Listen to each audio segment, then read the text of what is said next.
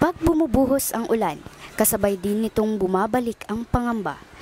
Baka muling lumubog ang mga kalsada, bahay at kabuhayan. Ilang beses mo na bang naranasan ang magbuhat ng gamit, itaas ang mga silya, at manalangin na sana wag pumasok ang baha sa inyong mga tahanan? Magandang umaga Pilipinas, magandang umaga Santo Tomas West. Ako ang inyong chika Dora, Charlo J. Tongko. At ngayong episode, tatalakayin natin ang isyu ng flood control.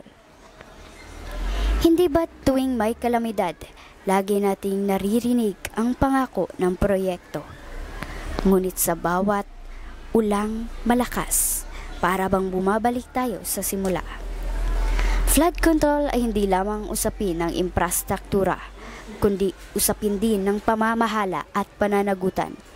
Sapagkat ang pondo para rito ay bilyon-bilyong piso. Ang tanong, napupunta ba ito sa tamang lugar? O baka dumadaloy lamang sa bulsa ng iilan? Ang baha ay alaala ng pagkasira ng gamit, pagkawala ng kabuhayan, at minsan buhay.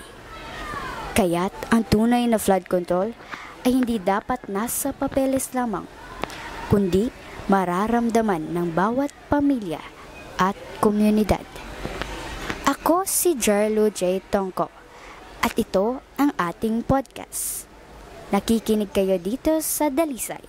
Hanggang sa muli,